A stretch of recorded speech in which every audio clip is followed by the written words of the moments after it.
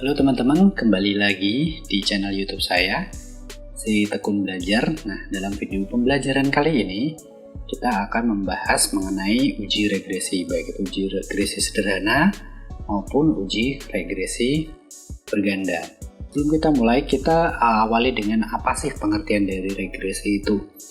Regresi merupakan suatu metode analisis yang sering digunakan untuk melihat nilai prediksi atau perkiraan yang akan datang. Misalnya, nilai variabel untuk waktu yang akan datang seperti prediksi produksi 3 tahun yang akan datang, prediksi harga bulan depan, ramalan jumlah penduduk 10 tahun mendatang, ramalan hasil penjualan tahun depan, dan lain sebagainya.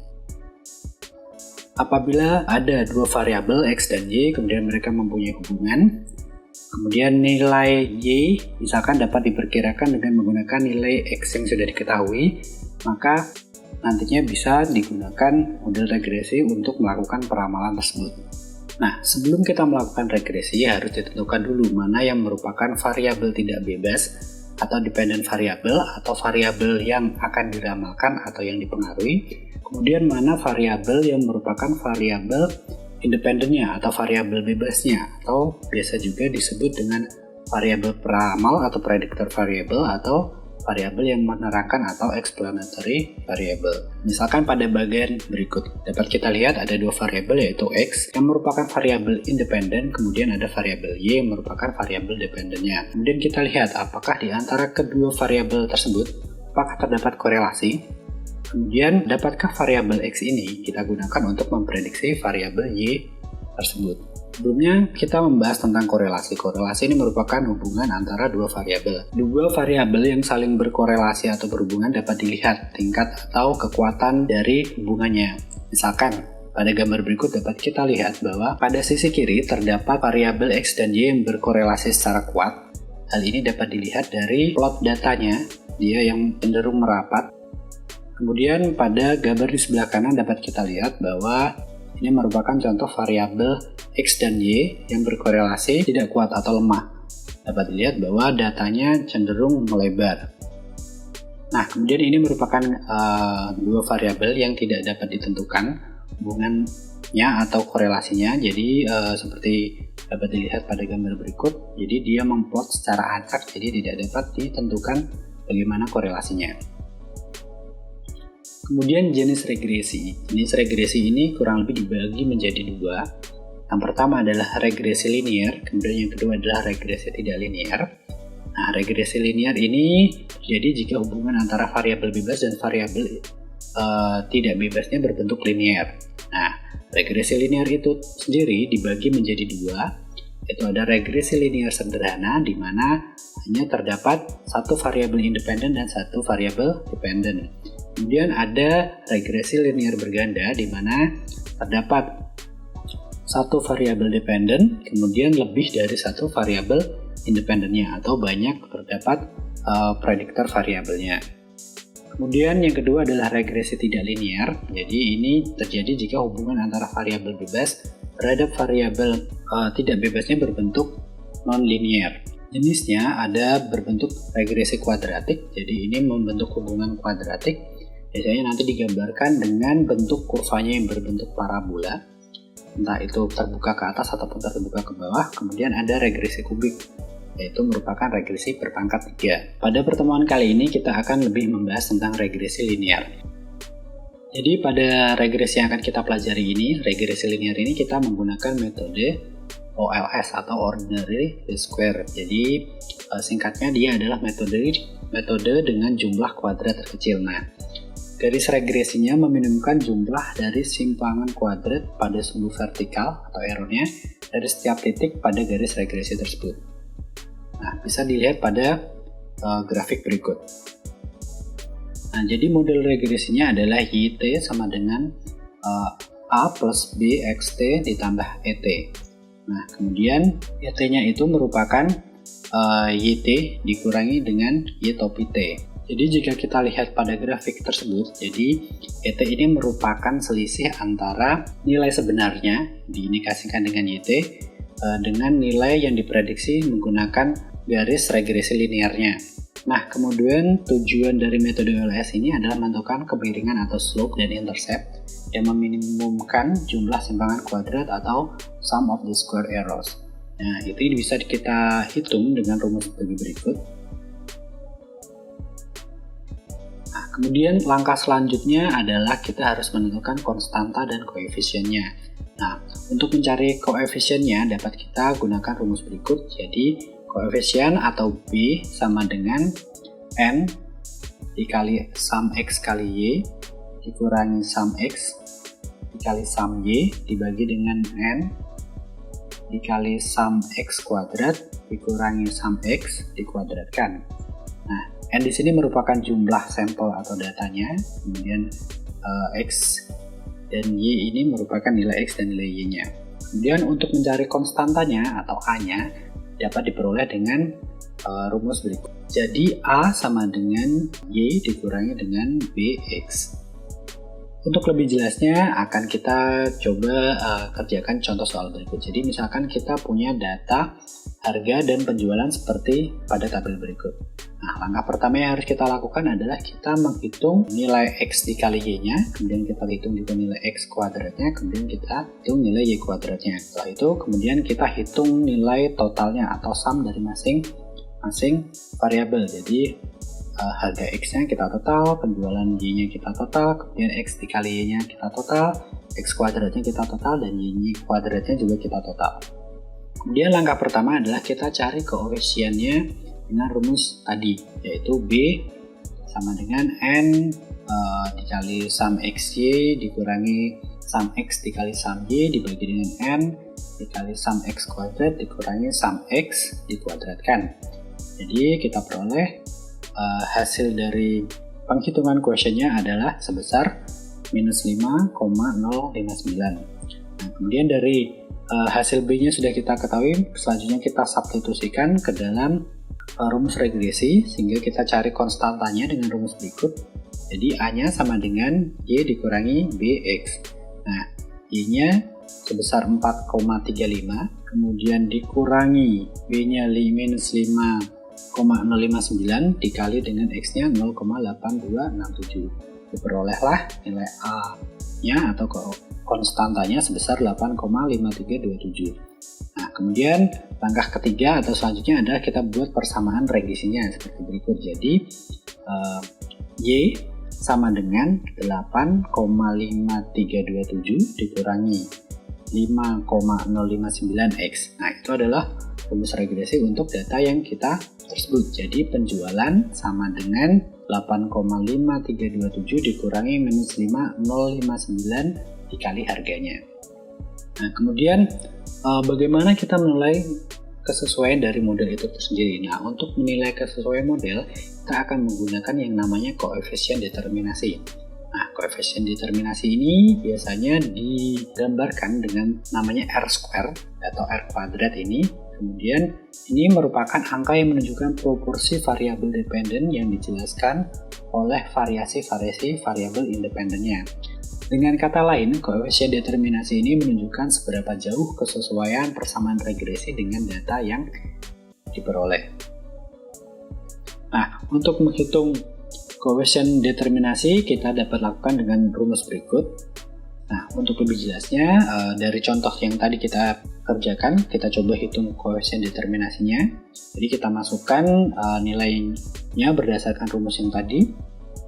Jadi R²-nya adalah sebesar 0,8624, yang artinya bahwa variasi-variasi pada variabel independennya atau variabel bebasnya, yaitu harga, dapat menjelaskan sebesar 86,24% dari variasi-variasi variabel dependennya atau variabel penjualan. Nah, kemudian bagaimana pengujian terhadap model regresi?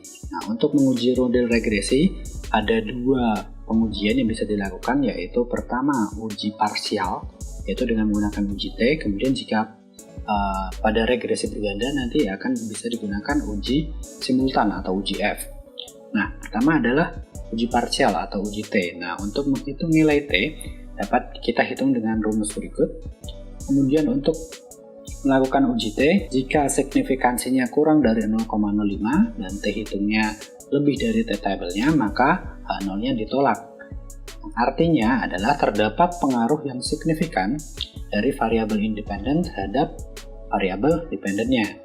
Nah, sebaliknya jika signifikansinya lebih dari 0,05 dan T hitungnya kurang dari T-tabelnya, maka H0-nya diterima. Artinya, terdapat pengaruh yang tidak signifikan pada variabel. Nah, kemudian yang kedua adalah uji simultan atau uji F atau uji ANOVA. Nah, langkah pertama adalah kita harus menghitung F hitungnya, yaitu dengan rumus berikut.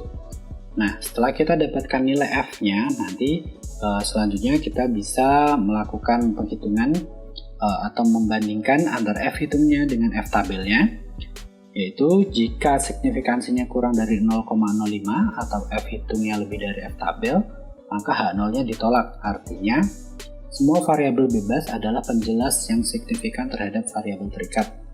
Kemudian sebaliknya, jika signifikansinya lebih dari 0,05 atau F hitungnya kurang dari F tabelnya, maka H0-nya diterima. Artinya, semua variabel bebas bukan penjelas yang signifikan terhadap variabel terikat. Nah, kemudian untuk analisis regresi berganda, jadi berbeda dengan regresi linear sederhana yang tadi kita pelajari. Bedanya adalah di analisis regresi berganda ini, variabel independennya lebih dari dua variabel. Jadi dua atau lebih variabel. Ya, jadi bisa digambarkan pada persamaan berikut. Jadi Y sama dengan A ditambah B1X1 ditambah B2X2 ditambah B3X3 dan seterusnya sampai terserah berapa banyak variabel yang ingin dimasukkan ke dalam model. Oke, untuk lebih jelasnya kita coba kerjakan contoh soal berikut. Nah, jadi misalkan kita punya kasus permintaan ayam di Amerika Serikat selama periode tahun 1960 sampai dengan tahun 1982. Nah, di sini kita punya 5 variabel, satu variabel dependent, kemudian ada 4 variabel independent. Nah, variabel dependennya adalah konsumsi ayam per kapita, kemudian ini dipengaruhi oleh variabel pertama yaitu pendapatan per kapita, kemudian variabel kedua harga ayam per unit, kemudian variabel ketiga harga babi per unit, kemudian variabel keempat harga sapi per unit. Kalau tadi di regresi sederhana kita menghitungnya secara manual, maka untuk regresi berganda ini saya akan memberikan contoh penghitungan dengan menggunakan SPSS. Jadi pertama kita buka dulu SPSS-nya, kemudian kita langsung ke variable view, kemudian ketikkan nama variabel seperti berikut.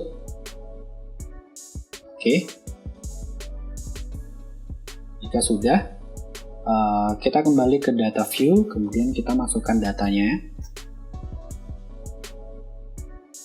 Oke, selanjutnya untuk menganalisis regresinya, langkah yang harus kita lakukan adalah klik analyze, kemudian klik regression, kemudian klik linear.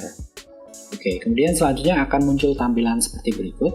Kemudian masukkan variabel Z ke kotak dependent, kemudian variabel prediktornya tadi ada X1, X2, X3, dan X4 ke kotak independent. Oke, jika sudah kemudian tinggal klik OK. Oke, jika sudah kemudian masuk ke output dari SPSS-nya, kemudian langsung ke tabel koefisien. Di sini kita akan melakukan uji T atau uji parsialnya. Jadi kita akan menguji dari masing-masing variabel independen tersebut apakah berpengaruh terhadap variabel dependennya. Jadi seperti tadi sudah dijelaskan bahwa untuk melihat apakah suatu variabel independen berpengaruh secara signifikan terhadap variabel dependennya, melihat signifikansi dan kemudian kita juga dapat membandingkan antara T hitung dengan T tabelnya. Jadi dari output ini, untuk lebih mudahnya kita lihat dari nilai signifikansinya saja. Jika signifikansinya lebih dari 0,05 maka H0-nya diterima, maka variabel tersebut, variabel independennya, dia tidak berpengaruh signifikan terhadap variabel dependennya. Jadi dari tabel uji T ini dapat kita lihat bahwa pada kolom signifikansi semuanya di bawah 0,05 kecuali variabel X1, dia masih di atas 0,05. Jadi dapat disimpulkan bahwa variabel X1 tidak berpengaruh signifikan terhadap variabel Y, kemudian untuk variabel X2 dia berpengaruh signifikan terhadap variabel Y, dan variabel X3 berpengaruh signifikan terhadap variabel Y, dan variabel X4 juga berpengaruh signifikan terhadap variabel Y. Atau dengan kata lain, pendapatan per kapita atau variabel X1 tidak berpengaruh signifikan terhadap konsumsi ayam per kapita. Kemudian harga ayam per unit atau X2 dia berpengaruh signifikan terhadap konsumsi ayam per kapita. Kemudian variabel 3 atau harga babi per unit dia juga berpengaruh signifikan terhadap konsumsi ayam per kapita. Kemudian yang terakhir harga sapi per unit atau X4 dia berpengaruh signifikan terhadap konsumsi ayam per kapita.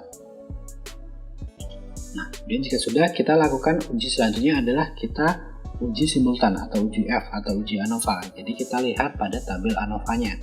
Nah, di sini kita lihat lagi juga nilai signifikansinya dia kurang dari 0,05. Oke. Jika signifikansinya kurang dari 0,5 tadi berarti pendapatan per kapita, harga ayam per unit, kemudian harga babi per unit, kemudian harga sapi per unit secara simultan dia berpengaruh signifikan terhadap konsumsi ayam per kapita. Nah, setelah kita lakukan uji T dan uji F-nya, sekarang langkah selanjutnya adalah kita buat persamaan regresinya. Nah, untuk membuat persamaan regresi ini dapat kita lihat pada tabel koefisien atau yang tabel di mana tadi kita melakukan uji T. Nah, dari data pada tabel tersebut atau hasil olahan SPSS-nya dapat kita bentuk persamaannya. Jadi konsumsi ayam per kapita atau variabel Y sama dengan 34,38 dikurangi 0,002 X1 dikurangi 0,655 X2 ditambah 0,249 X3 ditambah 0,133 X4. Nah, itu tadi penjelasan mengenai uji regresi yang bisa saya sampaikan. Nah, apabila teman-teman punya pertanyaan, pendapat, atau hal yang ingin didiskusikan terkait dengan uji regresi, silahkan tulis komentar di kolom chat di bawah. Oke, akhir kata, terima kasih. Sampai jumpa di video pembelajaran lainnya.